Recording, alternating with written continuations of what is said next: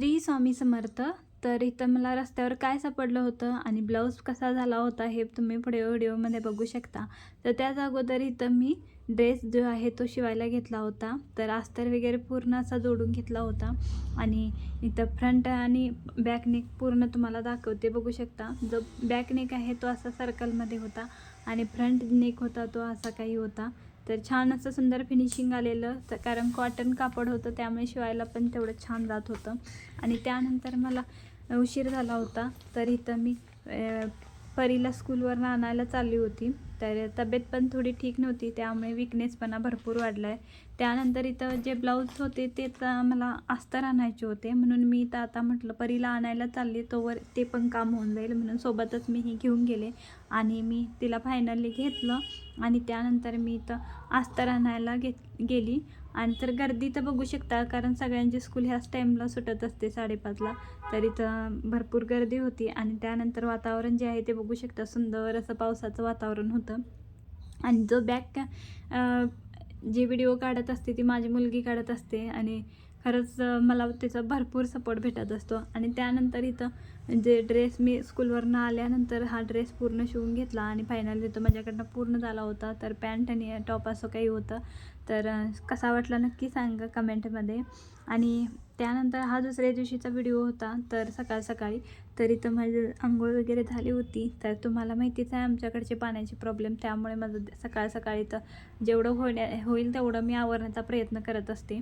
आणि इथं फायनली माझ्याकडनं सगळं आवरलं होतं. तर मला आता नाश्त्याची तयारी करायची होती बाकीची, आणि ते चहा वगैरे बनवून घेतला. आणि चहा वगैरे बनवून झाल्यानंतर म्हटलं तेवढ्यातच हा उठला आणि ह्याचं बघू शकता असे काही नाटकी चालू होती.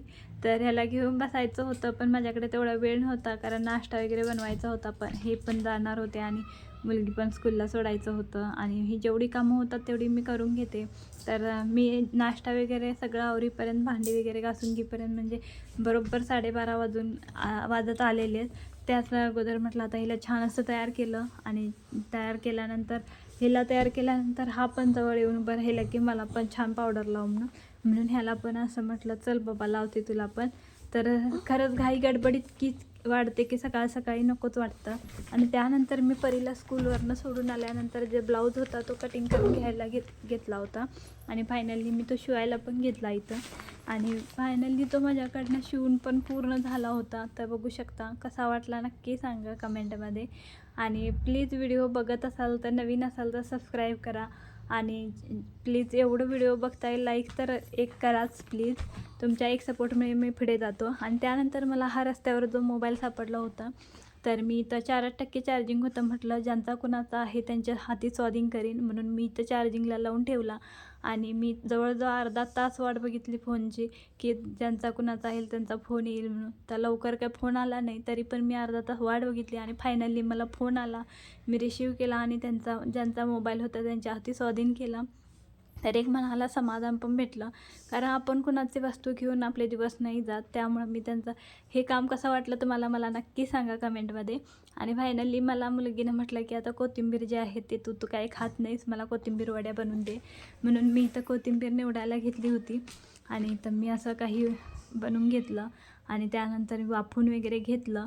आणि इथं बघू शकता, आणि अशा फायनली माझ्या कोथिंबीर वड्या तयार झाल्या होत्या. तर कशा वाटल्या नक्की सांगा. आणि प्लीज शेअर, सबस्क्राईब आणि लाईक करा प्लीज. तुमच्या एक सपोर्टमुळे माझं खरंच पूर्ण आयुष्य बदलून जाईल. Bye bye.